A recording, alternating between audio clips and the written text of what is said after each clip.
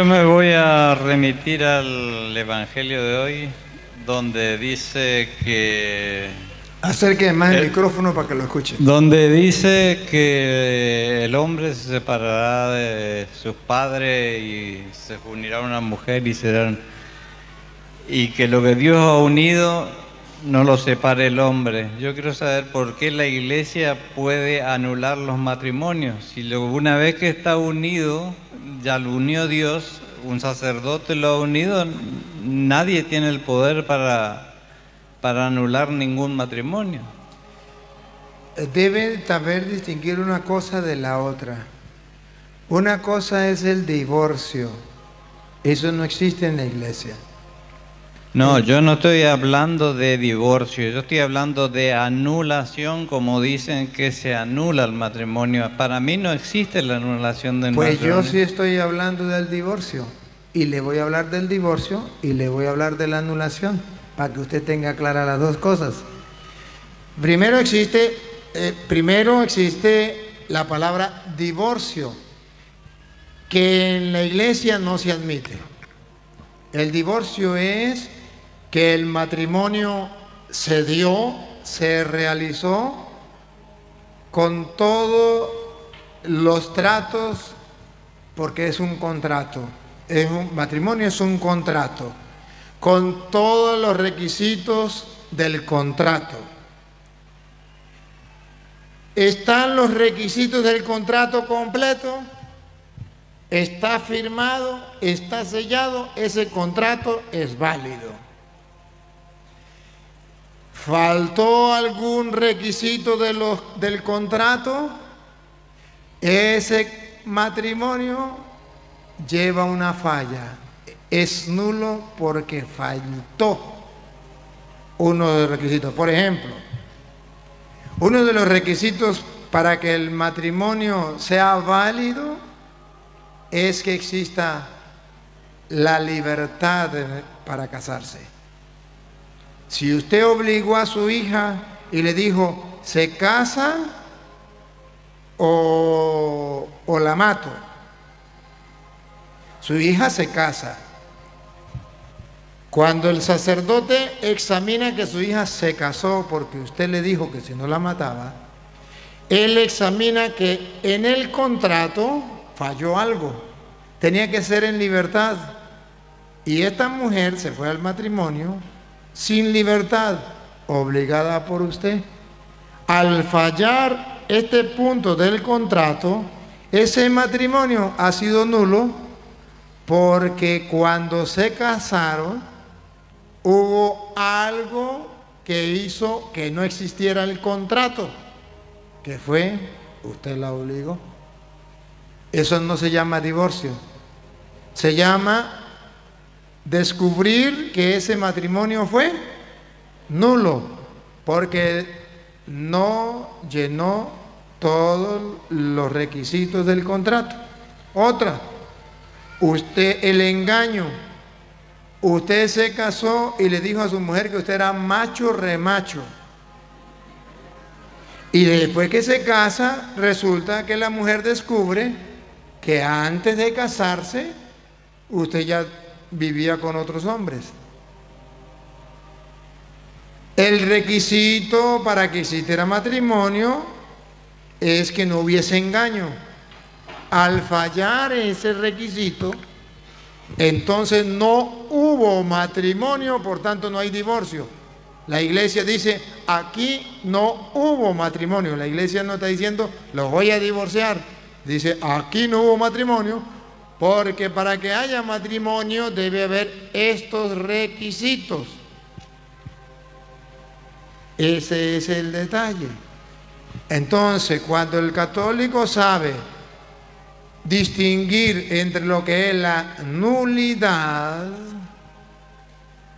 a lo que es divorcio, no hay ningún problema, porque la iglesia especifica cuáles son los requisitos para que haya un verdadero matrimonio, y Cristo la autoriza cuando dice, lo que ates quedará atado y lo que desate quedará desatado. Es decir, le da la autoridad para que haga el contrato, las normas del contrato. Solamente cuando ha existido el contrato tal y como debe ser, nadie lo puede separar.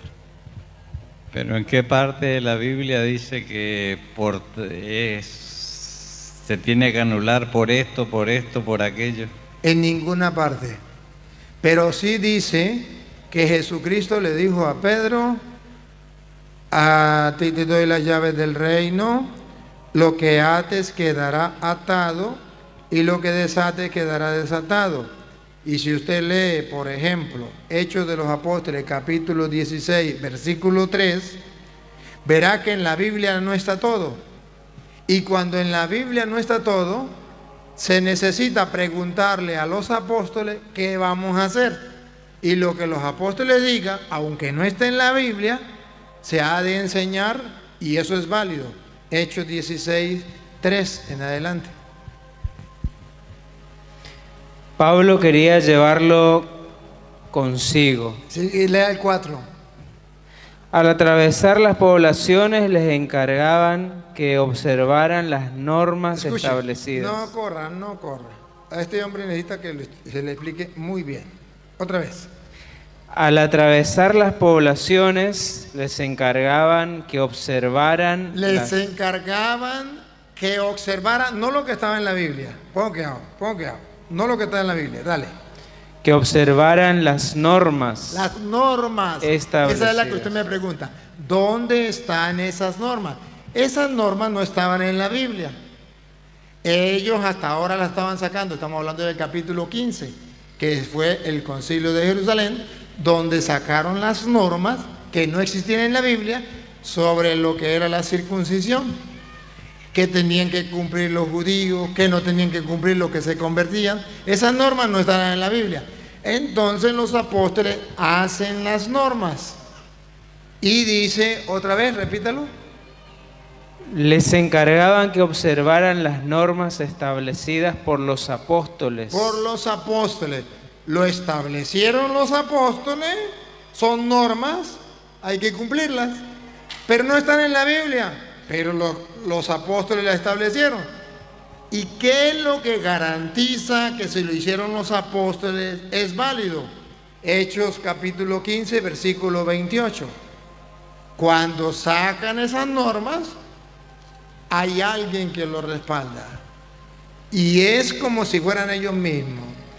Es decisión del Espíritu Santo y nuestra no imponerles ninguna carga más que estas cosas indispensables.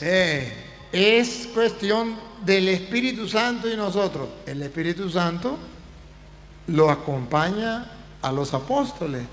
Jesucristo les prometió el Espíritu Santo y ellos están seguros. Entonces, estas normas que da la iglesia, nosotros las observamos porque sabemos que son los apóstoles de Cristo que los guía el Espíritu Santo. Y eso se cumple.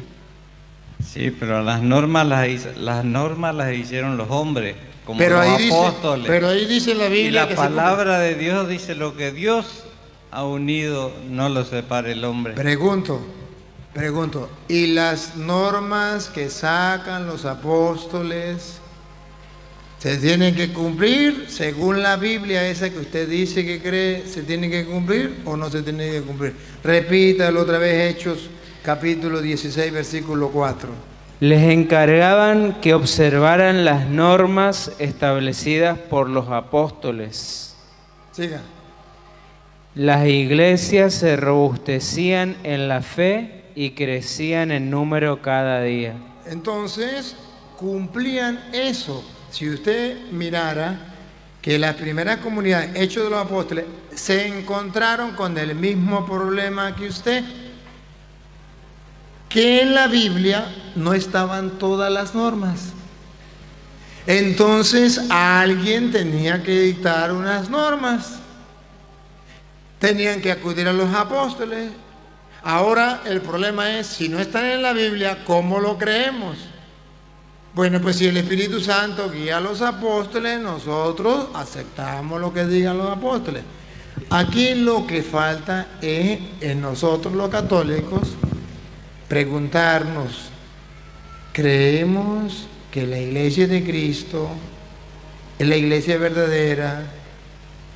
¿Son los apóstoles, la sucesión de los apóstoles viene en la iglesia católica? ¿Son guiados por el Espíritu? Si la respuesta es sí, pues entonces lo aceptamos. Porque la misma pregunta yo le puedo decir a usted. ¿Cómo sabe usted que el Evangelio de San Mateo es palabra de Dios si la Biblia no lo dice? ¿Cómo sabe usted que San Lucas es palabra de Dios si la Biblia no lo dice? O búsqueme un capítulo y versículo donde diga que eso es palabra de Dios. ¿O dónde están las normas que dicen que el matrimonio puede ser anulado por tal cosa? Exacto, eso no lo dice en la Biblia. Cuando no lo dice en la Biblia, ¿por qué creemos que el Mateo es palabra de Dios si no lo dice la Biblia? ¿Por qué creemos que San Lucas es palabra de Dios? Porque lo dicen los apóstoles. La iglesia de Cristo lo dice, nosotros lo creemos. Y ahí el detalle. Por eso es cuestión de fe, de creerle o no creerle a la iglesia de Cristo. Los protestantes dicen, no le creemos a la iglesia de Cristo, no le creemos a los católicos. Si no le creyeran, no leerían nunca el Evangelio de San Mateo, San Marcos, San Lucas, pues las cartas de San Pablo, porque fue la iglesia católica quien dijo que eso era palabra de Dios, aunque no está